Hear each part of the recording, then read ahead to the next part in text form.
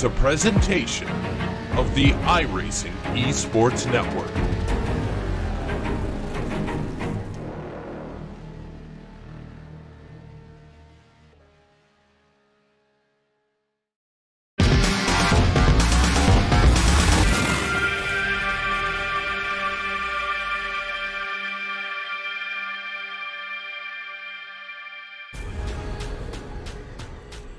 The most realistic online racing sim ever made.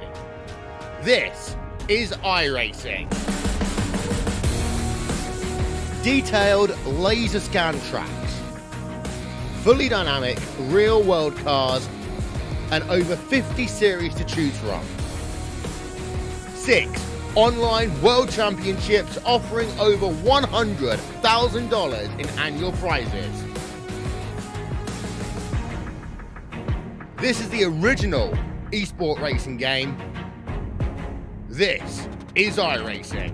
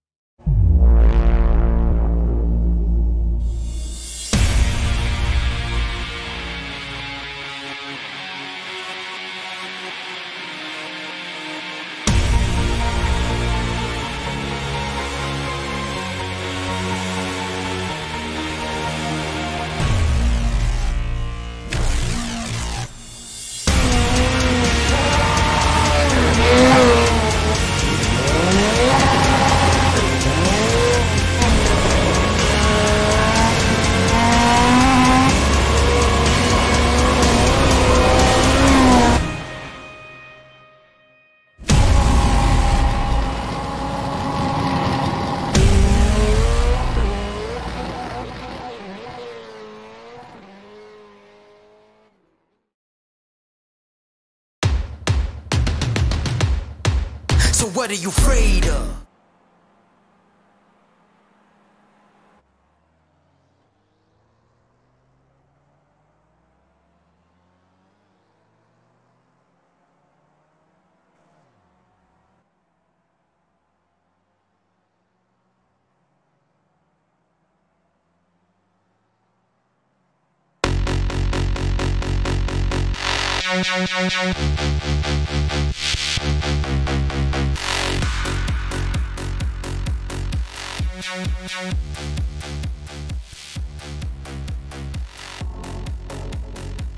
The mountain is calling.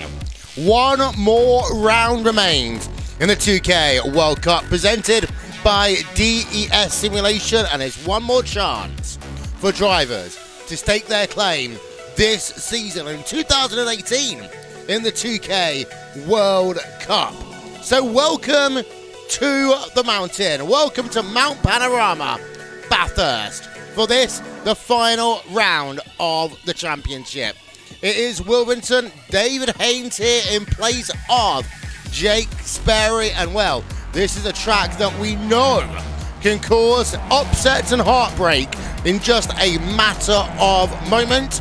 And well, David here today, qualifying is going to be key, because the one thing no driver wants to do is potentially cause the big one. Exactly. No matter the series, no matter the car, Mount Panorama bites those who are not paying attention, who do not have absolute focus. And you don't want to be buried too deep in the pack, because it can get close, it can get spicy over the top of the mountain in the first lap of the race. Here's a look then at the championship heading into tonight's event.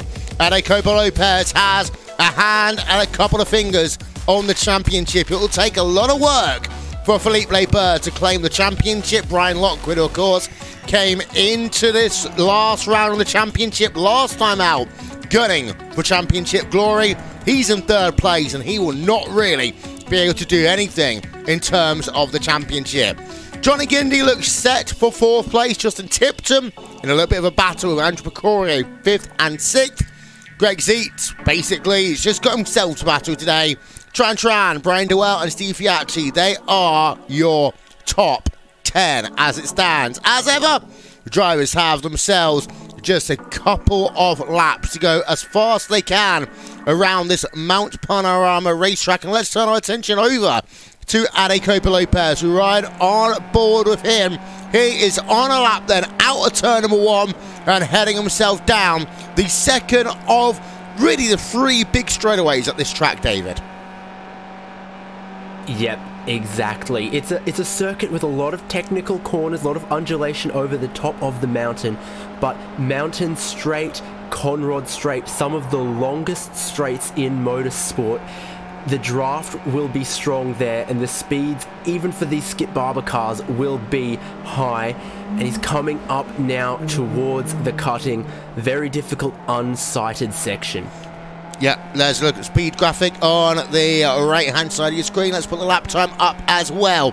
58.019 then is his first sector, as he now goes up, up, up. Through Frog Hollow he comes.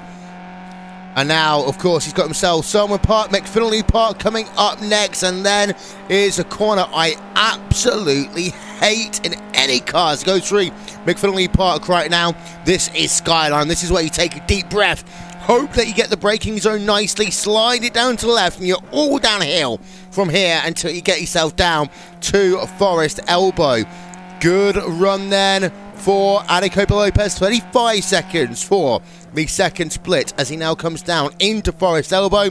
You get yourself a little bit of a breathing space now here, David, before you come down to the chase. Yep, like I said, it's a long straight. Probably feels a little bit longer in a car like this.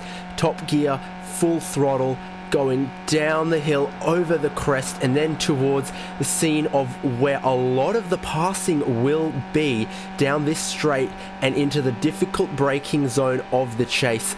I imagine that's where a lot of the moves will be done in the race to come. A lot of lap times coming through already. Norbert Solser, provisional pole position, 2:30.682. Felipe Leber second.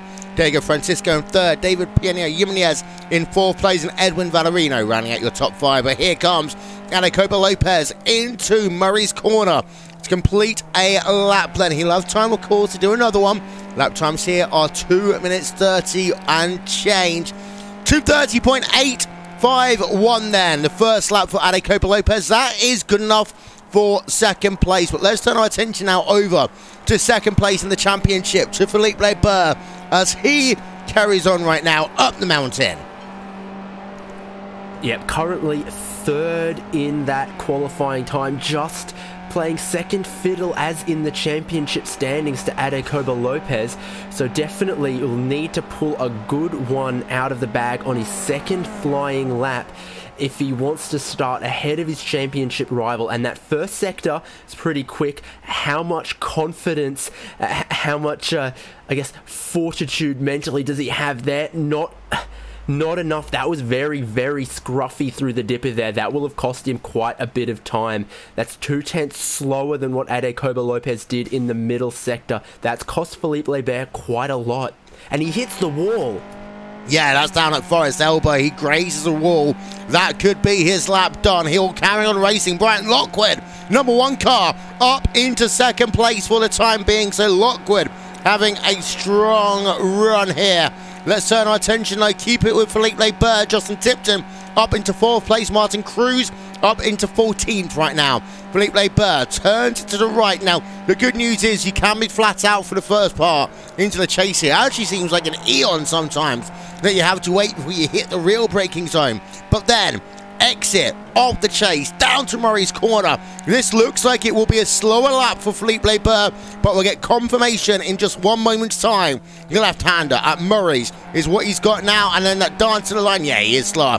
It's a 2 minutes 31, so much slower then for Felipe Leber. Let's see if we can just turn our attention back over to Adecopa Lopez for a moment. He's been faster through sector number 1 than he's been before. Faster through sector number 2 than he's been before. And David, now he's just got the chase to go. Exactly. 2 more braking zones till he crosses the checkered flag, the start-finish line, and can register this lap time, hoping for pole position. But neither of them are particularly easy braking zones, but he did very well on his first flying lap through this final corner. picking up the throttle early, getting to the apex, and again, it looks pretty smooth from Adekoba Lopez. To the top of the timing stands, he will go then for Adekoba Lopez. 2:30.324, 3.5 tenths of a second faster than Norbert Salter. Most drivers now have done their laps. A couple of drivers are still on track, and of course, a track like this, you do see a lot of drivers having some issues, as here is the driver of Steve Fiacci. It's been a pretty scruffy lap then for him. He's going to be about a second and a half slower than Adekoba Lopez by the time he finishes this lap. 58.6 for sector number 1, 35.6 for sector number 2, so not a good lap at all. He's very lucky, actually. He will make it past the start-finish line with just 10 seconds remaining, less than 10 seconds, at 2:32.5, when it gets him nowhere, because the time at 29th place is where he'll be, as qualifying is in the books. Let's run yourself through the starting grid for this episode of Sunday Night Skippies.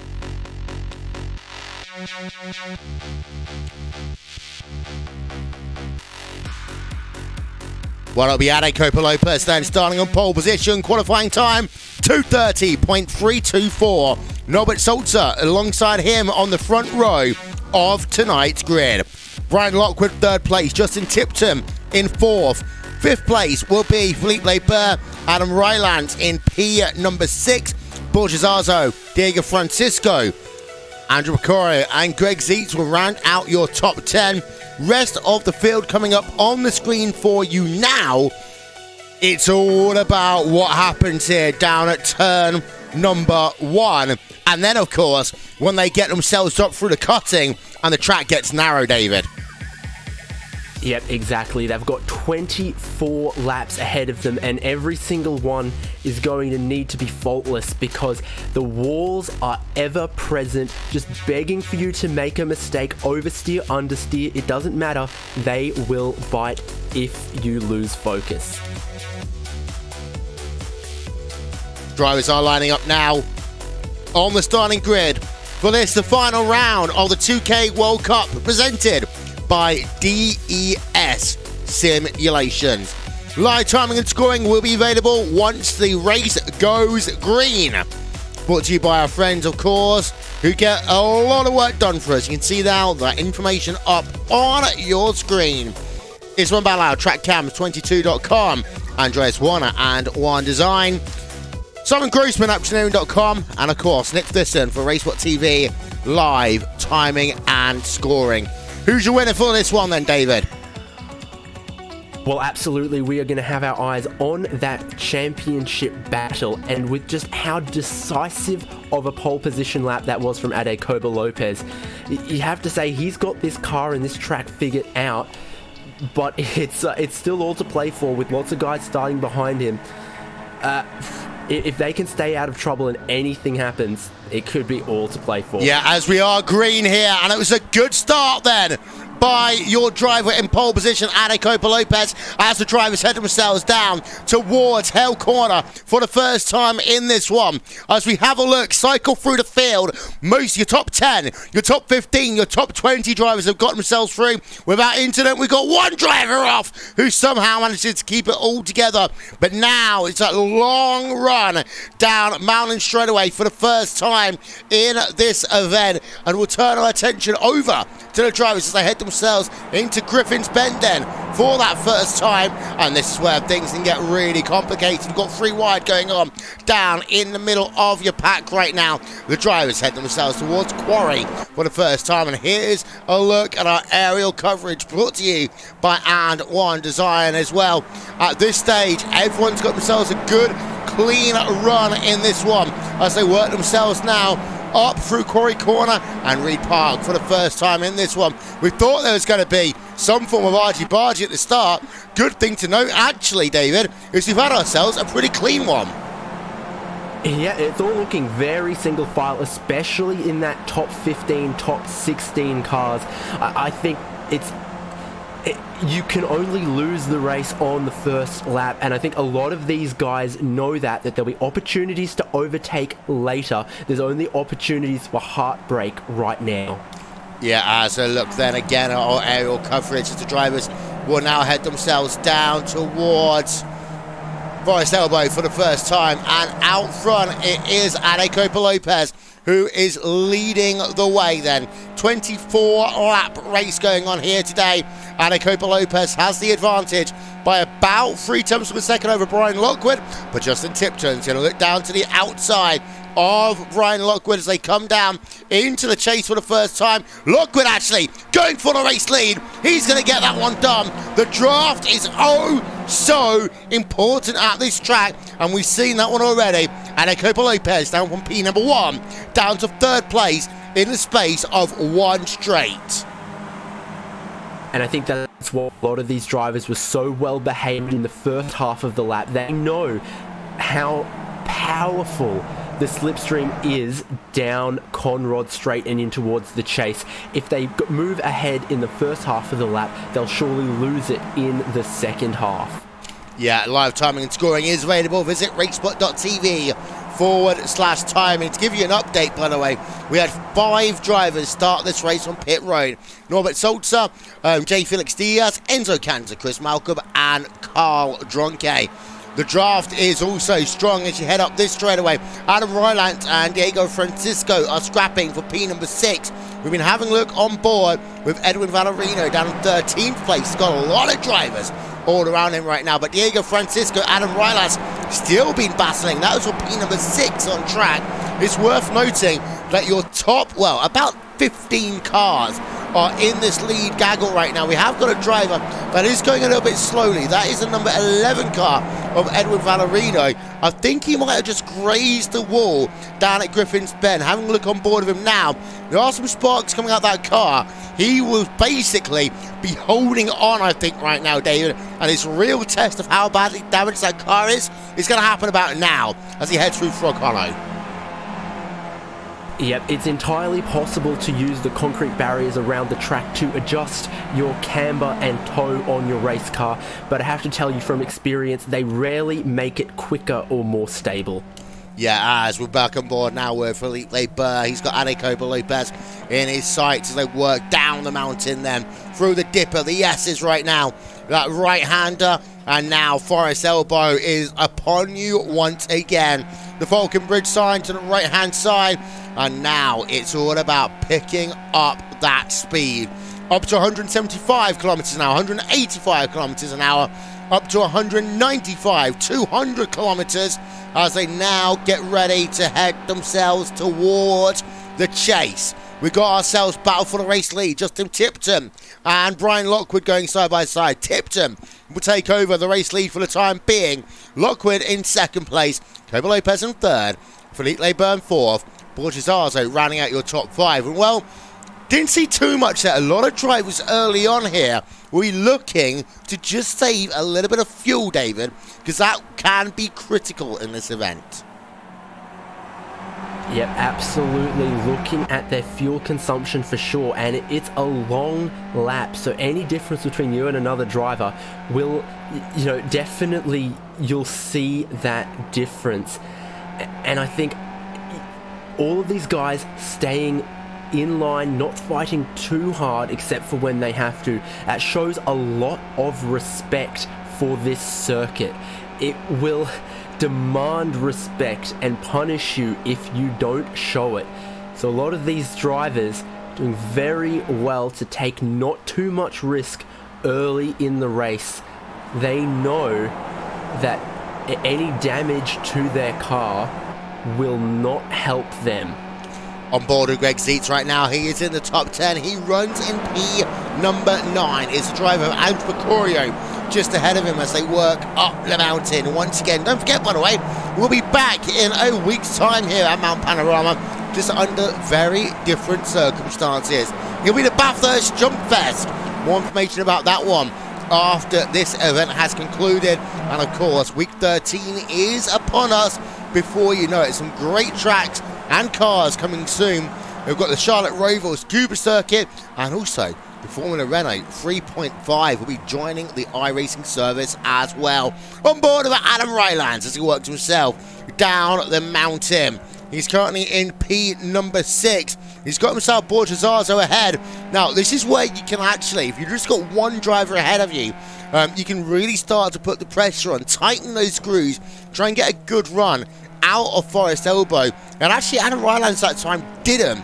So that's going to cost him. And that's the whole thing here, because even though it's a long straightaway, David, you still got to make sure that you maximize your run out of Forest Elbow, as here comes Philippe Leber. He's looking for third. He's got third as ahead. Tipton and Lockwood will change positions again.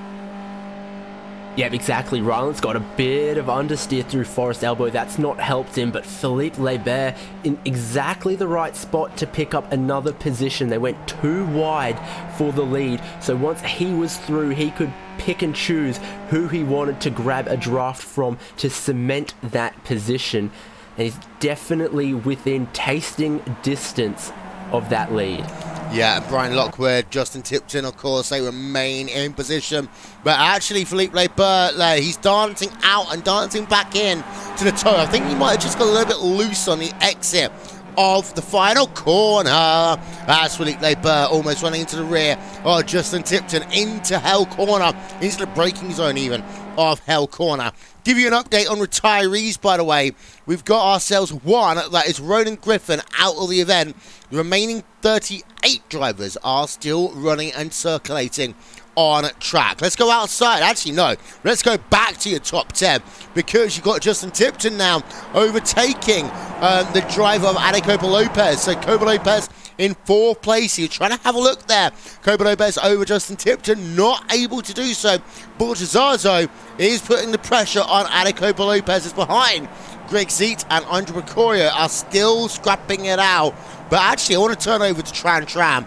He's a driver that knows how to work well in this big set of draft lock and slipstream and negotiating fuel load type of races. He's currently in 14th place. He's got a lot of work to do, but the good news is we still got ourselves your top 15 drivers all running pretty much nose to tail, David. Yeah, we had that shot earlier where there was almost the full top 15 cars in shot all at once. As quick as Ade Coba Lopez can be over one lap, he is not getting away from anyone in that top 15. They all remain absolutely under a blanket. No gap larger than a second between them. Almost no gap larger than 3/10 from first all the way back to 15th. But now on board with Philippe Leber, will he take the lead away from Brian Lockwood? It looks like he is going to do so as they head towards the chase. Lap number 4 of 24 are going to be scored complete this time by Philippe Leber. Is actually going to get that race lead. Just keeping an eye out on Justin Tipton, see whether he was going to make the move up into 2nd place. He was not going to do so. Of course, Ade Copa Lopez, all he's really got to do is finish inside the top 10. The championship is his, David. So you notice that he isn't being too aggressive today. Yeah, that's definitely driving like a man with some championship hopes and with more to lose than to gain by being involved in these games for the lead. I think definitely looked out of the draft there into turn 1, dropped back in. He's got just a couple car lengths behind him now to 5th place. Maybe this top 4 could make a breakaway over the top of the mountain. Remains to be seen. Yeah, on board of Adam Rylands in the number 180 machine. Brian Lockwood looked back to the outside, by the way, over Philippe Leber.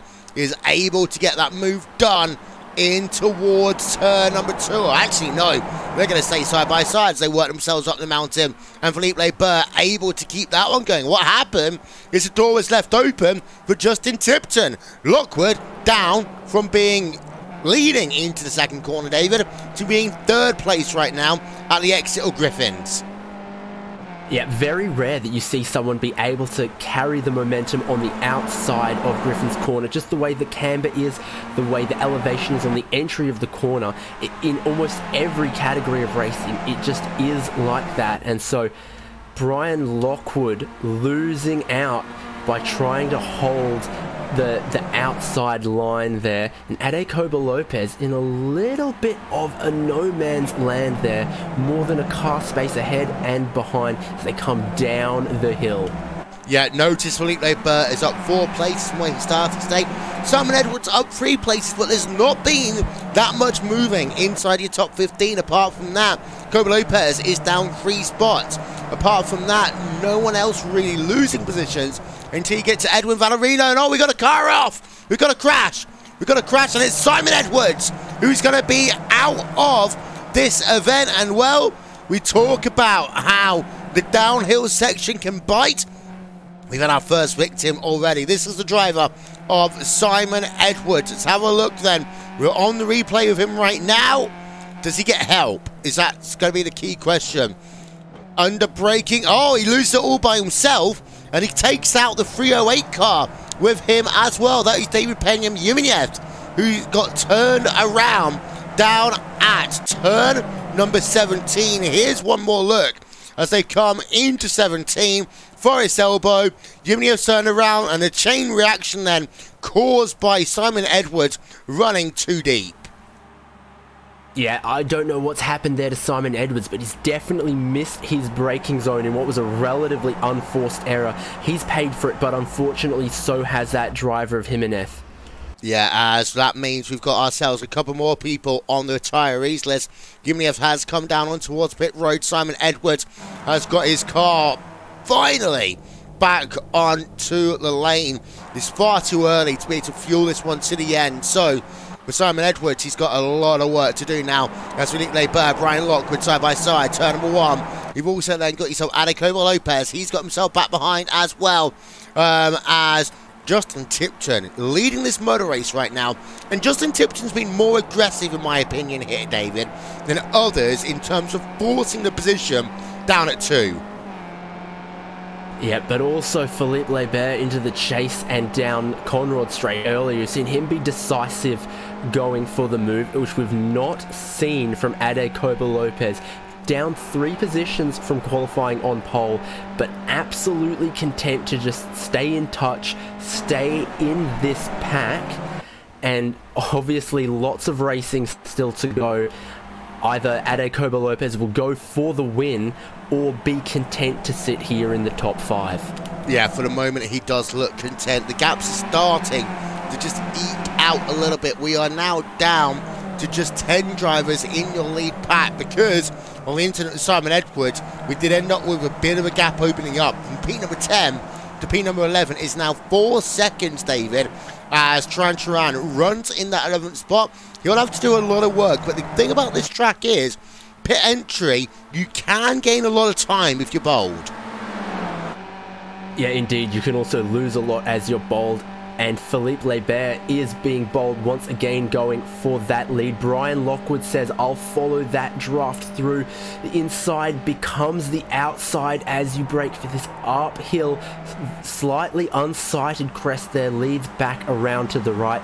Justin Tipton goes back to second. Felipe Bert grabs the lead once again. Worth noting that, of course, Felipe Bert and Justin Tipton are teammates. So when it came to the point of, as we've got cars on towards pit road, this is Andrew Picorio coming in, as is Adekoba Lopez. 2-stop race here today. Andrew Picorio dances on towards pit road. Adekoba Lopez does exactly the same. Because of the fact that 2 teammates were working together, it allowed Tipton to then have the tiny bit of momentum in towards the chase, David, which forced Lockwood to have to resign himself to 3rd. Yep, exactly. And now with Adekoba Lopez going into the pits, Adam Rylance grabs 4th place, but with a little bit of a gap. Remains to be seen, can he pull the rest of that train up, or will this become a 3-car breakaway of Bert, Tipton and Lockwood? That gap looking a little bit more so. It's got to look a bit further back in the pack, Will. Yeah, Martin Cruz, Club Hits by America, running himself in the 11th spot right now, as he's got himself Edwin Valerino just ahead of him in the 10th position right now as it stands. A couple of people, as I say, have come on towards pit road. Be interesting to see what happens with your race leaders this time by, as well, a little bit high there on the track is Felipe Bert. Etihad's on the right. And the thing is about this track as well, David, a lot of times the kind of track just kind of juts in. So you feel as if you can just run a little bit wide on some of the painted asphalt, but then all of a sudden, you've got a wall coming in. Yep, there's lots of corners, braking zones, turn-ins, where you can't see exactly where the track is going. You've just got to know, you've just got to trust, you've got to have the experience of the track and of your car. Over the crest at Skyline, into the dip are great examples. Even your turn-in point for Forest Elbow is a little bit blind. All of these guys are definitely familiar with this circuit, done their practice, and once again they are coming down that fastest section of the circuit, Conrod Straight. As we're this time on board with Brian Lockwood, he goes down to the inside of Justin Tipton, but he's going to get boxed in again, and this is what we talked about last time by Brian Lockwood being boxed in. He's been boxed in this time as well, but he has been able to get ahead of Justin Tipton. Let's see, will people coming towards pit road? Will Labour come in? Will Brian Lockwood come in? The answer is neither. Definitely plenty of drivers behind them. 3 leave the train to go to the pits, and we're getting towards almost half the field having taken a pit stop. Definitely not this time, but maybe next time around we might see the leaders jump into the pit lane. Yeah, so you've got Sebastian Schultz on pit road. You've also got Greg Zeet and Diego Francisco all on the lane as it stands. On board of Sebastian Schultz then, as 3 drivers on pit road. Let's turn our attention back to drivers on the track. Adam Ryland, he's started to appear onto the scene. He's got Justin Tipton ahead of him, and Adam Ryland's had a good old race here today in that TT racing car, getting up into 4th place, of course. If he can hold at the leaders, David, he has got quite a bit he can gain in this event, as behind Francois Boulien has been battling it out with Miguel Garcia Sanchez. Yep, these guys leading another little train. It's a little bit further down the order, but they're all making good gains on their starting position, as some other drivers who were formerly ahead of them have pitted.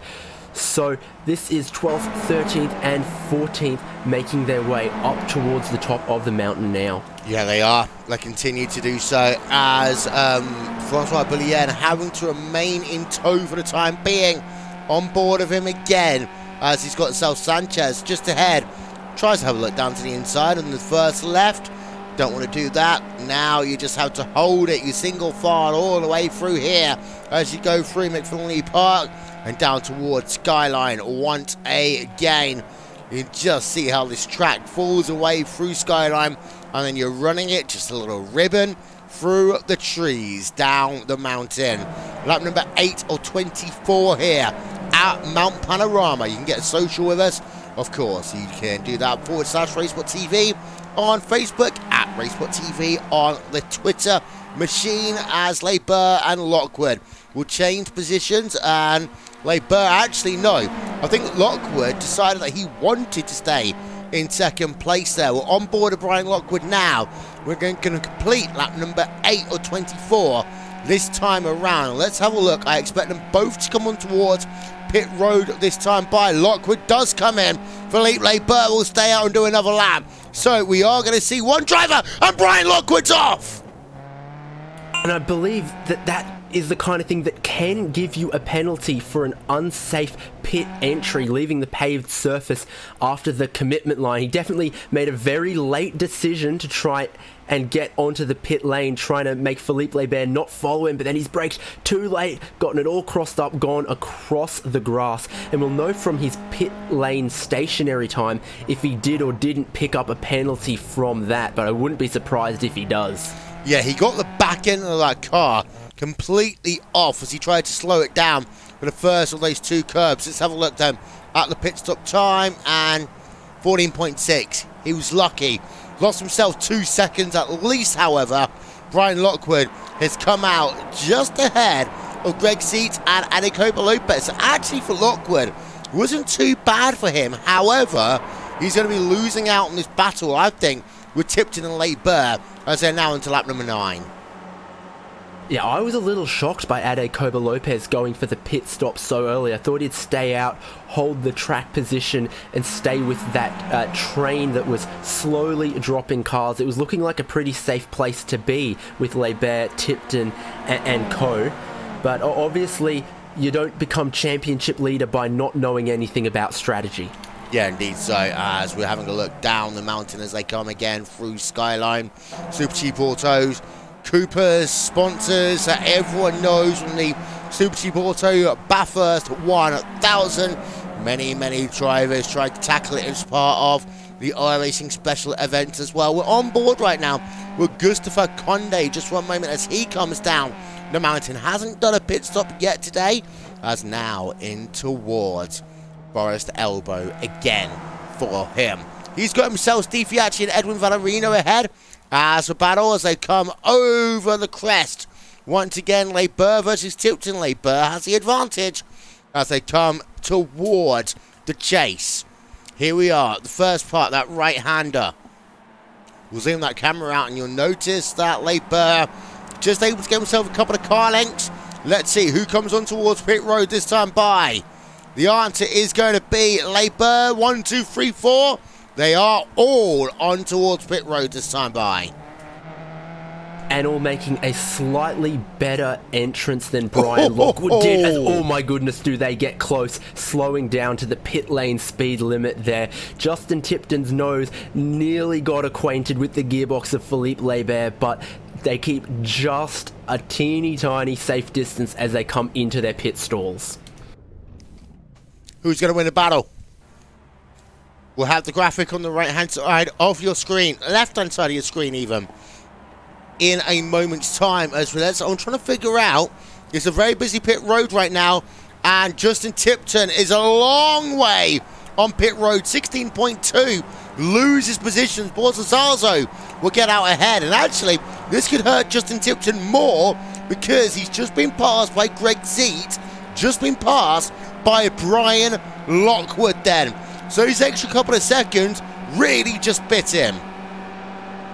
Yeah, exactly. I imagine that it's all in the fuel time. Of course, it takes quite a while to change the tyres on these Skip Barber 2000s, and the tyres don't really fall away. So these pit stops just fuel. It's all about how much do you need, how long are you going to go, and how close are you willing to cut it to maybe spluttering. Well, Philippe Leibert was the key winner of that one. Him and Borzazazo getting out 1 and 2. Now, Stephen Stoyles, just to let you know, hasn't actually pitted so far in this event. We talk about fuel management. Well, the local guy is doing a good job right here, David.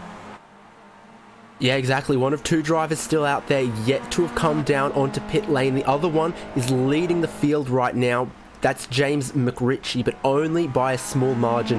Definitely when he comes down onto the lane, he'll get shuffled a little bit further back. But hey, if you think you can get a benefit from taking that tank of fuel as long as possible, then power to you. Yeah, and there's a look at how long this straightaway is as we're on board with me. Well, not on board, we're having a look from up above at James McRitchie then. You can just see he's weaving around. Is he actually out of fuel almost? That's normally the sort of thing you do if you're about to actually run out of fuel. Let's turn our attention over, put the speed graphic up. Has he just gone a little bit too far? I think he has. He has gone too far. He's losing time, hand over fist, and the thing is, you actually go uphill at this point as well, so you've almost got to take too much speed into the corner, David, and then hope that you got enough to come back down again. But McRitchie is out of fuel, and he's going to have to coast it onto the lane. Yep, exactly. Weaving it left and right, trying to slosh the fuel around in the tank towards the pickup. But who hasn't run out of fuel, but does a little bit of a Brian Lockwood on the pit entry there? That's Stephen Stoyles. So he manages to grab that position away. Here's your replay though, Will. Yeah, and Stoyles just saw a car going no speed at all, and almost, McRitchie almost turned into him as well. Stephen Stoyles very lucky that was not a 2-car incident on towards pit road, but Stoyles just about able to hold on. McRitchie did make it into his pit box, but they both lost a lot of time as a consequence. And one thing we saw in that replay with the onboard graphic was that Stoyles was clutch coasting that car as well. So he was probably almost as close to running out of fuel. But once again, they're going to try and go too wide through Griffin's Bend. And this time, someone actually manages to hold the position on that outside line. That's very rare. So a great job by Brian Lockwood. Commitment, bravery, and skill.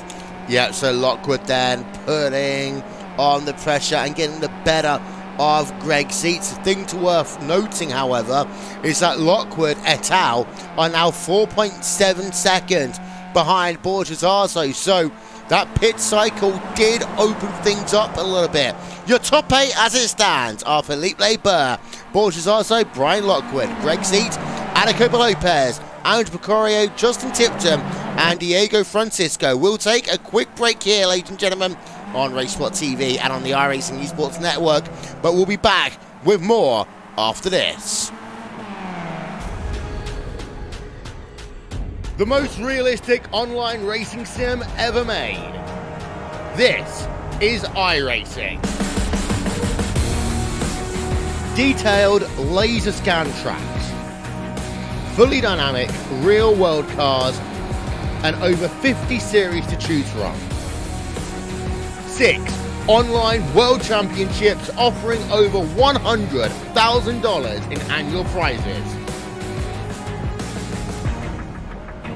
This is the original esport racing game. This is iRacing.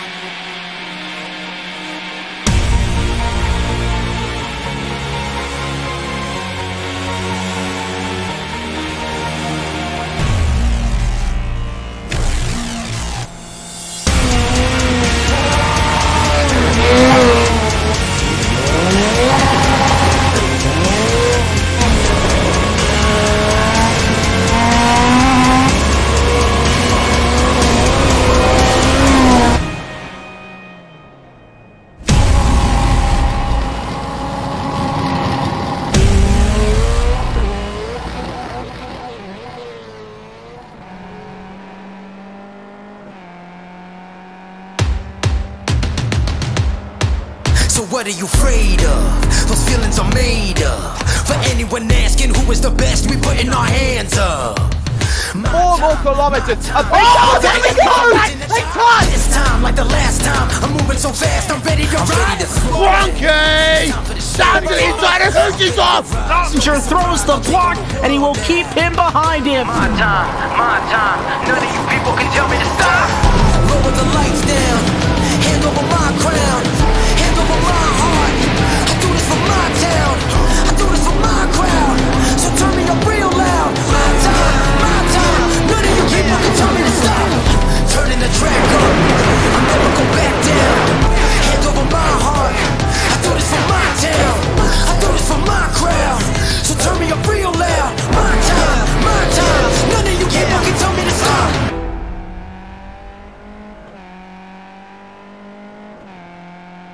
Welcome back, ladies and gentlemen, to the iRacing Esports Network and to Racebot TV. We've been having a look on board with Steve Fiacci, and if you are new to the iRacing Esports Network, subscribe on YouTube to the iRacing Esports Action Network for action from ourselves, Racebot TV, the global sim racing channel, Apex TV, as well as SimSpeed TV and LSR TV. A lot of action on the iRacing Esports Network, David. Almost so much, I forget exactly who's a part of it. Yeah, but the other one that I don't forget is SimSpeed TV, good friends of mine, sometimes with them also on the iRacing Esports Network. Plenty of coverage of all kinds of racing, and this is definitely looking pretty exciting as well. Anacoba Lopez is part of this second train here. And oh my goodness, he nearly gets rear-ended by Diego Francisco. That's not what he'd want at all. Yeah, indeed. So Brian Lockwood then. Let's have a look at the lap gaps, actually. Show you the last couple. And they are losing time right now to Borja Zarzo and Philippe Leber. So they've got more work that they need to be doing here because they've been losing. They've lost 1 second over the last couple of laps. Yeah, in competitive cycling terms, Brian Lockwood, Greg Seitz here are the peloton, and Philippe Leber and Borja Zarzo are the breakaway. But right now, the breakaway are still pulling time out of this other pack, this train third through to 9th position when I get the words out. So Philippe Leber, Borja Zarzo clearly working very well with the draft together. And Greg Seitz, Brian Lockwood, Ade Koba-Lopez just can't quite match the pace. Live timing and scoring, if you need it, is available. Visit racesport.tv/timing for that one. As we go back then to the front of your field, let's show you Borja Zarzo versus Philippe Leber.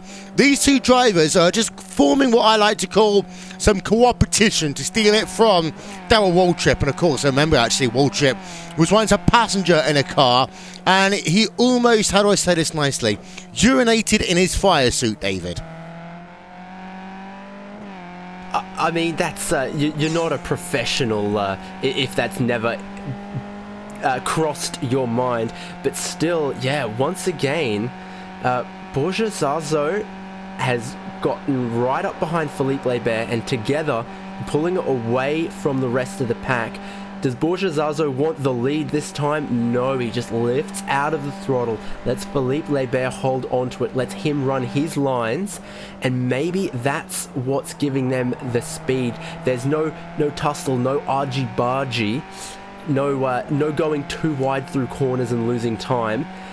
But with all of this, Philippe Leber will be burning more fuel than the guys in the peloton, as you would say, in that pack trying to chase him down. Yeah, Steve Fiatchi and Francois Boullier just having themselves a little scrap then in the afternoon at Bathurst Mountain Panorama.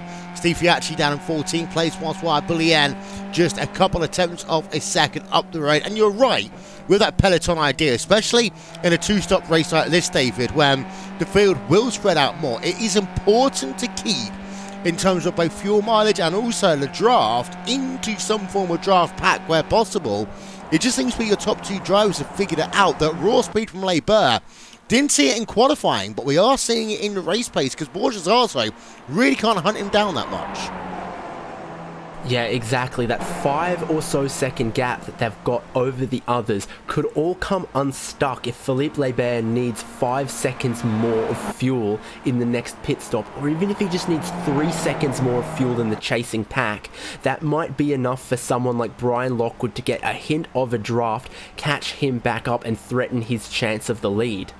Yeah, and there's that ribbon we're talking about that goes around this Mount Panorama racetrack. It is Philippe Leber leading away, Borja Zarzo in the second place right now as behind. This is the gap. You can see it visually here. It's 6.3 seconds. That often is something hard to explain, but there we are. There's your peloton, as we're going to call it. Your second pack of drivers. That goes down from Greg Seitz in 3rd place down to 9th place in Sebastian Schultz. Now, here comes your 3rd pack. Jack Hobbs, Anthony Katz, Edwin Valerino, Francois Boullier in there as well. And then pack number 4. This is P16 down towards P number 20. You can see they're getting more spread out at this point as well. P number 20 just coming to the top of the mountain by the time that Philippe Leber gets to the bottom at Forest Elbow. Yeah, I remember the first lap, the second lap, we had one huge centipede, and now the different pit strategies, the different pit times has chopped it up a little bit. So Philippe Leber continues to pull a little bit more out of that second pack, but at what cost to his fuel consumption? Just to repeat my thought from earlier, but he's pushing so hard, grabbing some of the grass there, but Ade Koba-Lopez is maybe done being patient. He wants the lead of the second centipede. Yeah, let's get ourselves another replay of that. That is the driver of Ade Koba-Lopez. Look at that. They go 3 wide then for a moment. But here's the start of it. It's Ade Koba-Lopez to the outside of Brian Lockwood as they come in towards the chase. As here is that 3 wide moment coming up now. Here's Ade Koba-Lopez They don't actually, I take that back, they don't actually go through wide at any point, but Brian Lockwood slots it down, cannot, however, get past Greg Zietz. So from being so docile, so willing to sit in the draft behind in the pack earlier, suddenly something has switched on in the cockpit of that 301. Adekoba Lopez now making the decisive moves, moving to the side to break the draft, doing everything he can to stay the lead of this pack. Maybe he hopes he can lead them up to Philippe Lebert. Maybe he realizes that this pack is not catching the breakaway. Even another pit stop, a shorter pit stop from these guys compared to the breakaway, might not be enough for Adekoba Lopez to be in with a chance of grabbing the win, which is, I'm sure, the best way that he would like to potentially seal the championship. Just to give you an update on retirees, Andreas Robertson is out. We've got ourselves Stephen Stoyles, Russell Class, David Penny Jimenez, and Ryan Griffin all out of this event. Just to see, by the way, Norbert Sulzer has had himself a long pit stop, and that was 27.3 seconds. And like a second pit window, it is going to be open this time around because some drivers stopped very early that last time. And we, of course, have also seen that you can go 9-10 laps into a stint as well.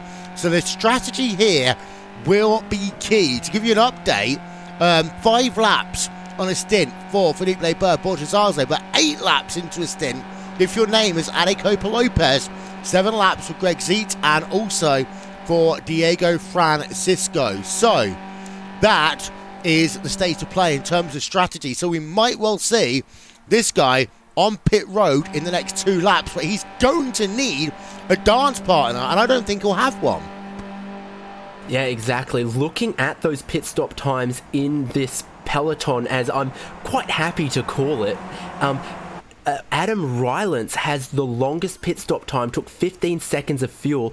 That might come to his advantage now, as almost all of them from that pack jump into the pits to fuel their car to get to the end. Here's the thing that's worth noting, though. Adekoba Lopez, when he gets hit, actually, as well, by Andrew Pecoria, but I want to show you a replay here. This is Adekoba Lopez, and the thing is, he was hung out to dry on the outside, so he wanted to come on towards pit road, but at this point right about here, you notice that he started to slow it down, David, because he cannot get to the inside line in order to come on towards pit road. You got yourself all the drivers on the left. They're all actually going to come on towards pit road here, but poor old Ade, he's a rolling roadblock at this point. Yeah, exactly, and just how dense the traffic is to his left. It's like trying to do a motorway or a highway merge. There just wasn't space for him to get across. His indicator on, trying to match speed, all of that, but he just had to wait. Hasn't cost him a huge amount of time, but it cost him that track position. He's come out here in a little bit of a no man's land, 2 seconds behind Andrew Precario. He has, and that's really going to hurt him, in my opinion, because most of the drivers around him came on towards pit road at the same time, but he just lost so much momentum, David. He's lost positions to Brian Lockwood, to Greg Zietz, to Diego Francisco. Now, we talk about this being a drive just to get the championship. He's got to finish the race, of course, and do reasonably well in terms of things like the drop weeks. And I remember Dario Franchitti in 2010, he got to a situation when all he had to do was finish the race because Australian World Power decided to make love to the outside retaining wall at Homestead Miami Speedway. And he actually only just managed to do it. Not quite as close, of course, as Lewis Hamilton, 2008 Brazil, but still pretty close. Yeah, exactly. It just goes to show that no matter what you do all season, it really pays to finish strong. And weird things happen here at Mount Panorama. We've even seen it in some other series I've covered, including the Sprint Series Australasia, that, you know, you can come into this final round at a track like this with a lovely lead in the championship, and weird accidents happen, strange things can occur. This place needs respect. I'm not going to say it's haunted, but sometimes it can feel like it. It's a bit like the Indianapolis Motor Speedway, you know. They always say at Indy, the track has a deciding say on who wins a motor race. You can almost say the same thing about this place as well. We've seen the lap of the gods. Well, that's one thing, trying to do the lap of the gods, but actually trying to get yourself into a position where you can win the super cheap auto Bathurst 1000. That is another thing in its entirety, and who can forget, of course, Scotty McLaughlin a couple of years ago. It wasn't even McLaughlin. It was our guy who was so close, and then just fuel issues towards the end. David, who is our guy in this context, Will? You know what? You put me in a spot. I've completely forgotten his name right now. Are you talking about Whincup? No. Well, you know, Whincup's a legend. No, the iRacer. Is it a Brit? No, the iRacer. Shane Van Gisbergen? That's the one, SVG, whose name I forgot for the entirety of 2 minutes. I feel completely and utterly disgraced with 8 laps to go. Well, that's okay. He's both a very talented real-world driver and quite an avid iRacer, as in fact I was racing against him on Thursday night in an Australian league. And so that's a great thing to have that crossover between real-world racing and what we see here with some of these iRacing leagues and the action on the iRacing Esports Network, Will. Yes. However, I do like Scott McLaughlin. I do know a lot about Aussie Motorsports. Felipe Burr has pitted for the second time here today. He's come out in 4th place even. But the good news for Felipe Burr is he's got someone to work with. He's got Miguel Garcia Sanchez, who is 7 laps into a stint, who he's got to help him around a little bit. And more importantly, Felipe Burr has a 1.8 second advantage over Borges Arzo. Yeah, that second round of pit stops and the differing fuel strategies has broken the packs up even more. So leading overall is Adam Rylance, who still owes us another stop. Then Bullian, then what we see right here. Only 1 stop so far for Miguel Garcia Sanchez, 2 in the bag for Philippe Lebert. So if he's fueled this thing to get to the end, he's definitely looking very pretty, leading of all of the drivers who've taken a second stop. Yeah, Philippe Lebert completes the pass then as he goes in towards the chase for what is going to be his 17th time on track. Everyone ahead of him, that's everyone. I mean, Adam Rylance and Francois Bullion have still got to make 1 more pit stop. Most people have made now their second pit stops here today. Adam Rylance is going to do another lap. Francois Bullion is on towards pit road then for his final time, his final pit stop this season in the Orion race team car. Pulls it into his box, and the 357 machine is almost good to go in terms of pit stops for the rest of the season. Yeah, exactly. Barring any fuel splutters like we saw from some of the guys trying to really stretch it out in the first stint, it's possible there's a few drivers out there in this second stop fueling the car with very narrow margins to get to the end. And in our YouTube comments, someone points out that Scott McLaughlin is also an iRacer. That's true. I can't think of many series outside of the Virgin Australia Supercars Championship with a higher density of iRacers, because I've definitely also raced against Nick Percat, and there are several other drivers also on the iRacing service. I know that IndyCar's had a few over its time, Will Power being one of them. We've had Justin Wilson, he used to race here. Dan Weldon actually did some work before he lost his life. But we had Dario Franchitti, he's done a couple of races over the years. We've had ourselves former world champion Jason Newgarden doing exactly the same as well. And that's the thing. Outside of Formula One, I think we've all seen some races from a series, be it NASCAR, be it the V8 Supercar season, be it IndyCar, be it also in the world of touring cars as well, both as a training tool and also to race in the off-season, is when we see a lot of them come out a lot more out of the woodwork, as we're on board of Greg Zeitz as he comes down the mountain. Yeah, precisely. You don't get that high up in the world of motorsports as a driver without being absolutely nuts about it, without having an incredible passion for it. And here on iRacing is where you do get a lot of those people who are just crazy dedicated to the craft, to the love of motorsports. Yeah, and also I know that in the Battery Tender Global MX5 Championship presented by BF Goodrich, they've done that as well. They utilise it as a kind of team simulator. So we're having a look at Alecopa Lopez working himself back into this one, getting himself past Andrew Picorio. The only issue now for Alecopa Lopez is his next victim, Greg Zeitz, is 4.3 seconds up the road. So P8 may be the only thing on the cards for Copa Lopez here today.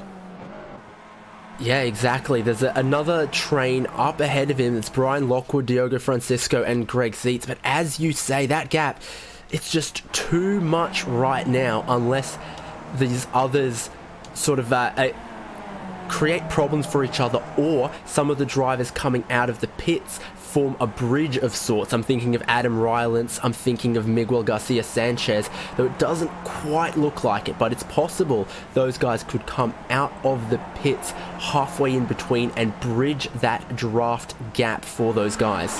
Yeah, and having a look, actually, we might see a little bit of something, because Alecopa Lopez has got Adam Rylance, who's 3 seconds up the road and still coming up to speed, and Rylance will not be in the tow of Greg Zeitz. So this is exactly what you're talking about. Good call there, David, because actually now Copa Lopez might, we can just do 1.5 seconds, he can actually close up into the draft now of Adam Rylance.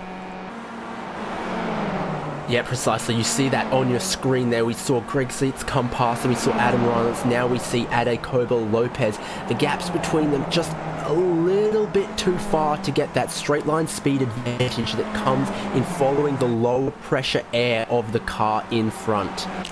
On board with Greg Zeitz, he is in 5th place. Brian Lockwood ahead of him, and then Diogo Francisco at the front of this train. However, they are all now 7 seconds behind Philippe Leber. Leber does like these longer races. He is a specialist, one would argue. I say that as the back end just kicks out on that number 2 TT racing car as he heads over the mountain at the skyline. I mean, Philippe Leber loves these dual pit stop races because he seems to eat his opponents alive in that second pit stop.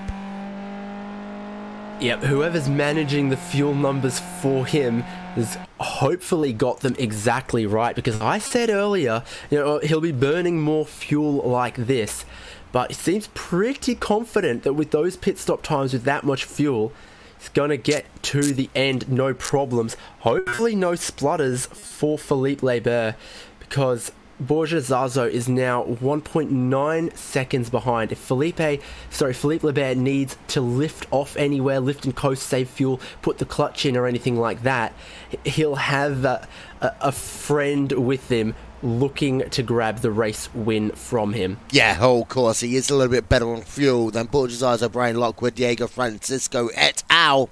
Having pitted 1 lap later. Francisco, though, and Lockwood and Greg Zeitz. Let's have a look at that one again. TT Racing have got a lot of sticks in the fire right now, and they are all going to try and hurt Lockwood in terms of point-paying position towards the end of this one. As I said, Lockwood was an outsider for the championship heading into the last couple of events after being last season's champion. And TT Racing, the other drivers on that team, have been a contributory factor to that one. Here is Diogo Francisco down to the inside as they work themselves up Conrad once again, out the mountain straightaway once again, in towards turn number 2 they come. And that is Griffin's Bend, of course, and it looks like Francisco is up into 3rd. Lockwood just about able to hold on to 4th.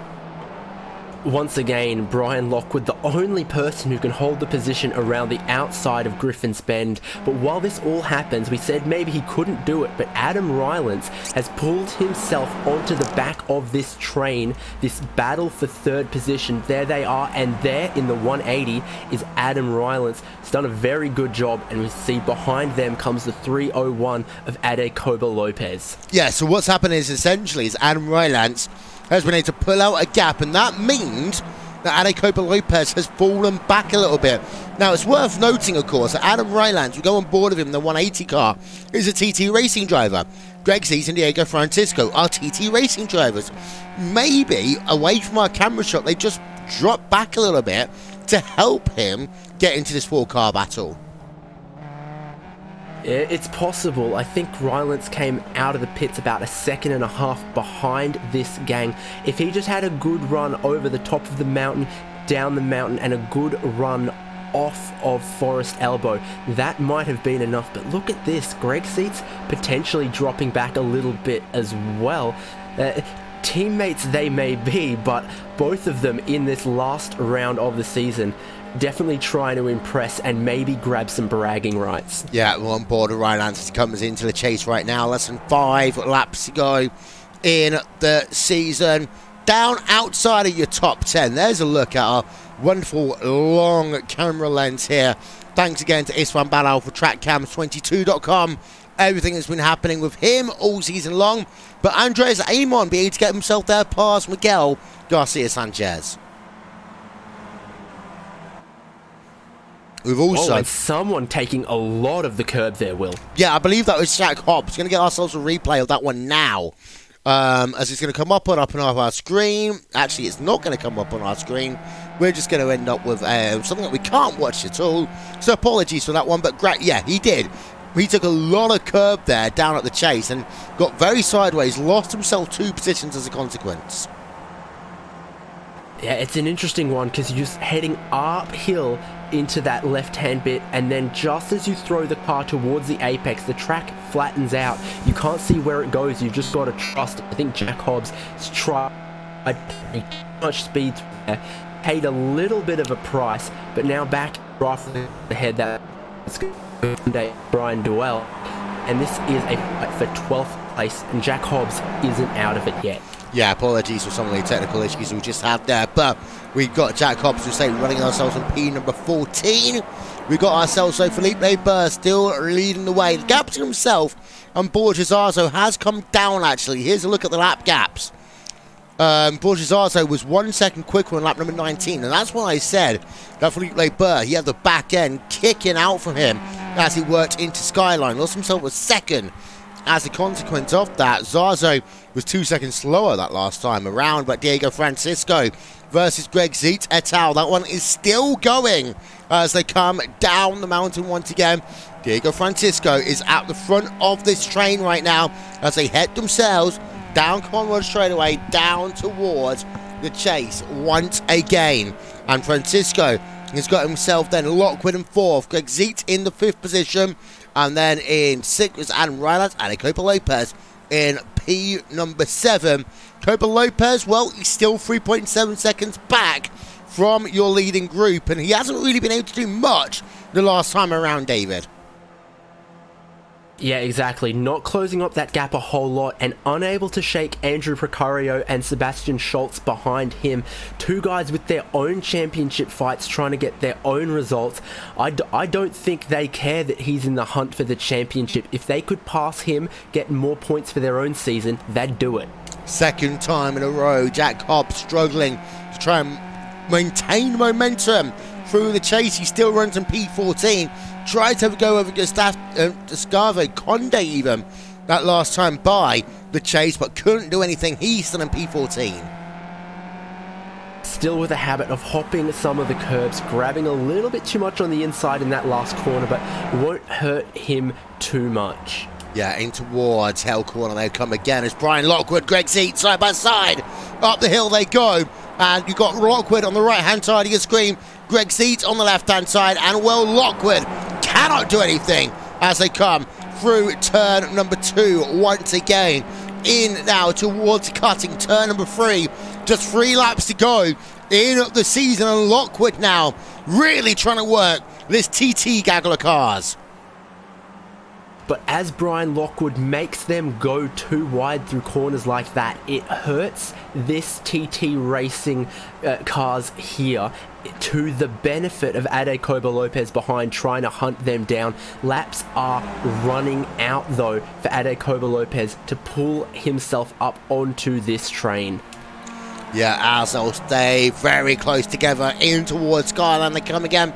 Let's give you some Racesport TV fan immersion then as they work down the hill.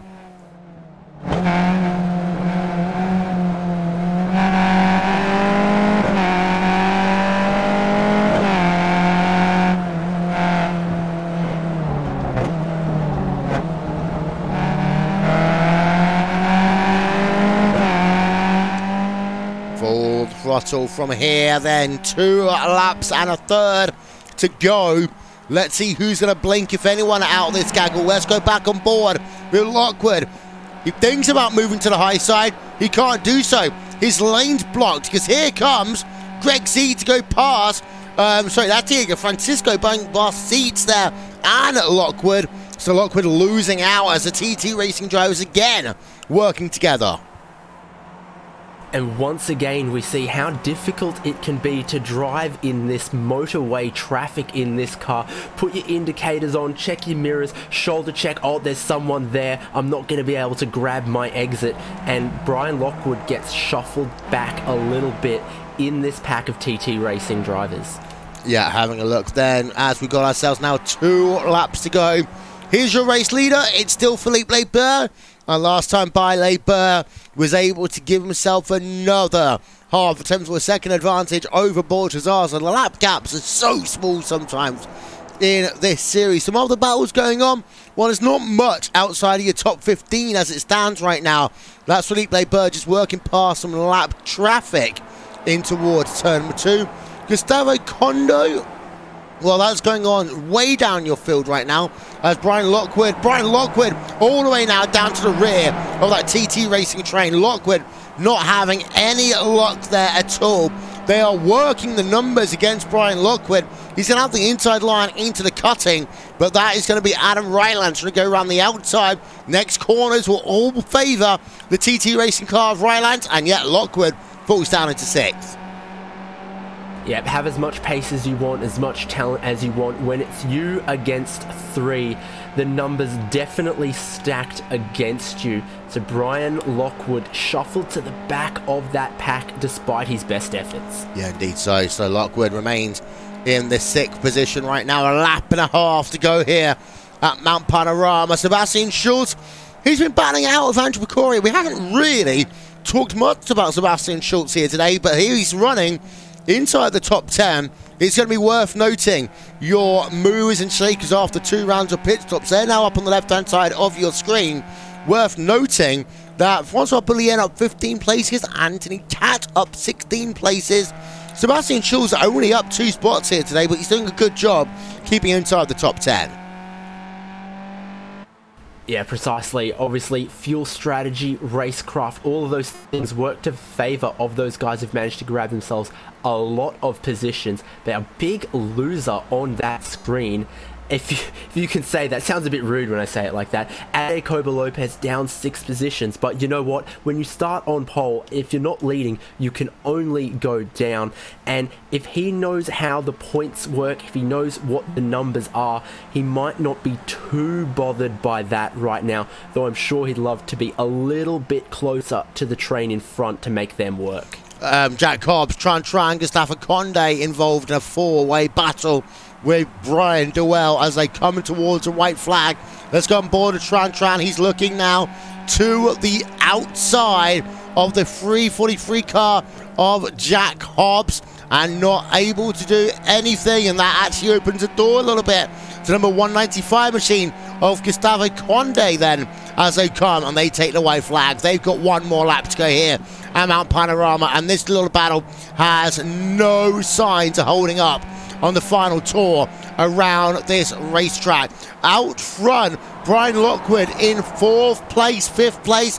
He's been battling out the TT Racing trio, and he's been able to get up 1 position, but can he actually do any more here? Lockwood is looking to put on a fight on the last lap of this motor race, but it is still Philippe Leber who continues to lead the way. The gap between himself and Borges-Arza, 2.3 seconds, as he's now got half a lap to go.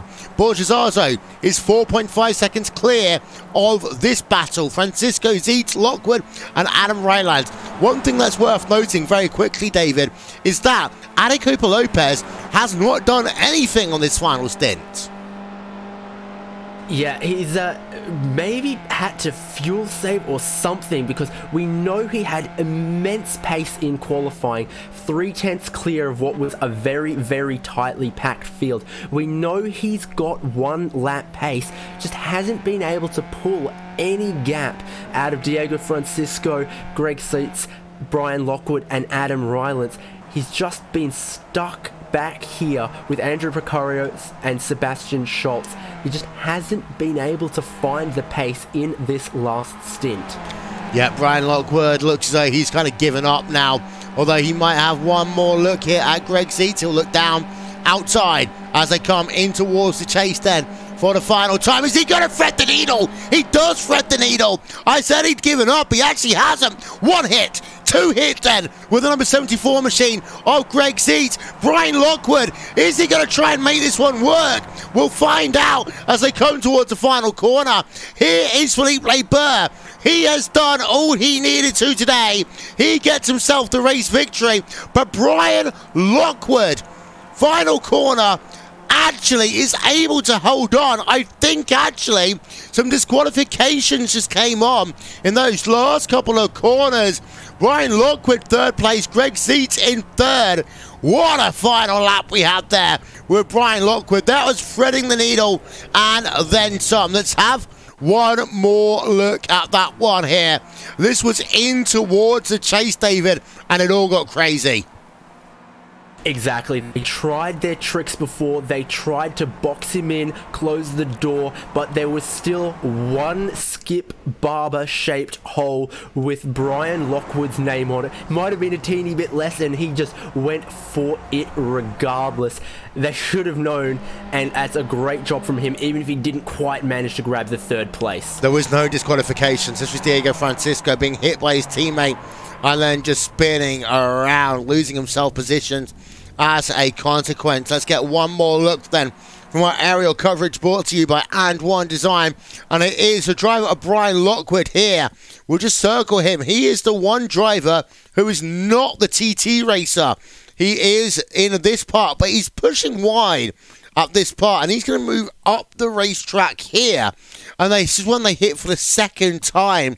And, well, I mean, there will be some words after this one, because Brian Lockwood did force one of the TT racing drivers off. And there is Diego Francisco being hit by his teammate, of all people, Andrew Precario, I believe. Wow, what a final lap we've had to this motor race. And Brian Lockwood, you'll notice here, he did try to go down to the inside as they come into the final corner. He was looking for the over-under. He gets a run, but not quite close enough. He could do nothing in terms of Greg Seitz at the end of this one. Let's have a look at your final race results. That was a wild finish, as it is Felipe Burr who claims victory then here by a total of 2 seconds over Borgesazo. Greg Seitz third, Brian Lockwood fourth, Adam Rylance in fifth, Andrew Precario in sixth, Anico Lopez, Sebastian Schultz, Diego Francisco, and Francois Boulien. They are your top 10.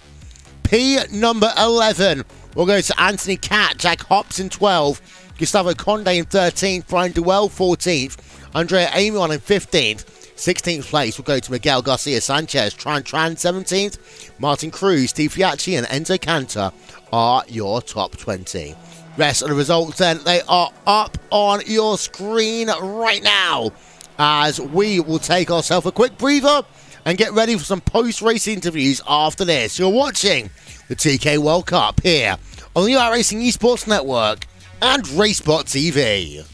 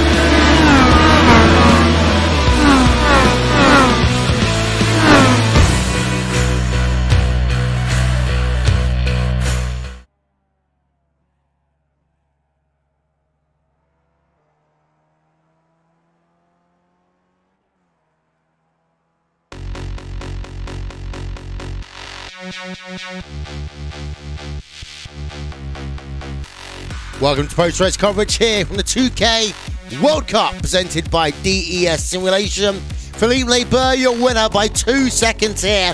And well, Philippe, it was a longer race than normal, but that strategy really seemed to help you a little bit here. Yeah, it certainly did. The two-stopper helped. Also, having my teammates make life a little difficult for a day helped a lot, which allowed me to gain time on a day during the pit stops. But winning, that's all I could do, but it's not enough because they had to finish outside the top 10, and so he's the champion, well deserved. Yeah, so you did everything that you could by winning here today, but not able to force your opponent's hand. The first laps, actually, they seemed to be a little bit lax. It wasn't the craziness we were expecting here from Bathurst. Was that because of the fact that, in your opinion, this was a longer race? Yes, probably, and also there was not a lot on the line except the championship, and they knew that he just had to finish, so he wasn't pushing hard, and I think everyone took it a little easier for the final race of the season. Well, of course, one season's in the books. A new season will be starting in 2019. What's going to be new? What are you looking forward to heading into a new season? You mean what's new? Yeah. Yeah, so we will only have one qualifying lap. So it's make or break, one lap. And also we will get rid of the pit lane start penalties. So from now on, everyone who has a penalty will have to come in for a stop and go at the end of the first lap. Those are the two major changes for next season. Well, before we let you go, Philippe, who do you want to give a shout out to? Foremost, I want to give a shout out to my team, iRacing. They did an awesome job this season. They helped me a lot, and next season it's everyone can go for the title, so no team orders starting next season. And I also want to, of course, thank our league sponsor, DES Simulation, who have been with us for the whole year, and we're talking to them to continue this cooperation for next year, so that's looking good. Thank you very much, Philippe Laber, then coming home in a race victory. Brian Lockwood coming home in 4th place here today, 3rd place in the championship. Brian, talk us through that last lap. Oh, wow. Let me just say, first of all, I didn't realize that Adam Rylance was also part of TT Racing until he got by me with a couple laps to go. So I knew I was in a 3 versus 1 situation, and I knew they were going to do everything they could to keep me behind. So I got set up. I managed to stay in 3rd through most of that last lap, and then going through the downhill, Greg backed me up a little bit, and I think that actually might have worked against him because he came up on Diogo really quickly. But I don't think they expected me to go to the outside, so they were getting ready to box me in. I swung outside. Diogo reacted, and Greg reacted a little late, so there was a gap to go for the 3 wide, which I did. I did get a little loose under entry to the left hand at the end of the straight, so I let Greg keep that spot because that wasn't my spot to take, so fair play to him. But to finish 4th when... to finish 2nd in that little pack of 3 TT Racing cars, I'm really happy about that. 3rd place in the championship this season, of course, winning the championship last season. What's your plans for 2019? Well, 2019, I'm actually going to be racing a full season of the Global MX5 Cup. So I am not going to be able to race all the races in the 2K, of course. I'm not sure if I'll be able to go for a full championship or if I'll miss more than the 4 drop weeks. You will see, but I'm certainly going to do the best I can, and definitely going to support everyone at Racecraft Engineering. Well, thank you very much there, Blind Watclid, coming home in 4th place here today, 3rd place in the championship. David, final thoughts? Yeah, well, obviously plenty of really, really close racing out there. Bit of fuel strategy, bit of championship strategy, and Philippe Lebert, a very worthy victor in this race, but Ade Koba-Lopez doing just what he needed to do and not much more to wrap up the championship for himself. Well deserved, and a real championship drive to not take any unnecessary risk. Well, thank you very much to David Haynes, of course, also to the Simulation, the title sponsor of the 2K World Cup in 2018. Next week, we do a little bit different. We do a crazy race here at Mount Panorama, the 2K World Cup, because, of course, after all, it is week 13.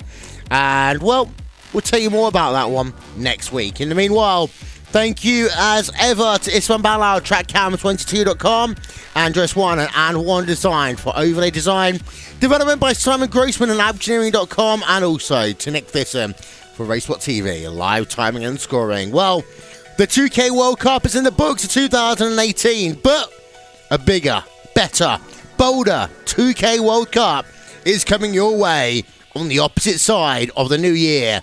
In the meanwhile, good night from Mount Panorama.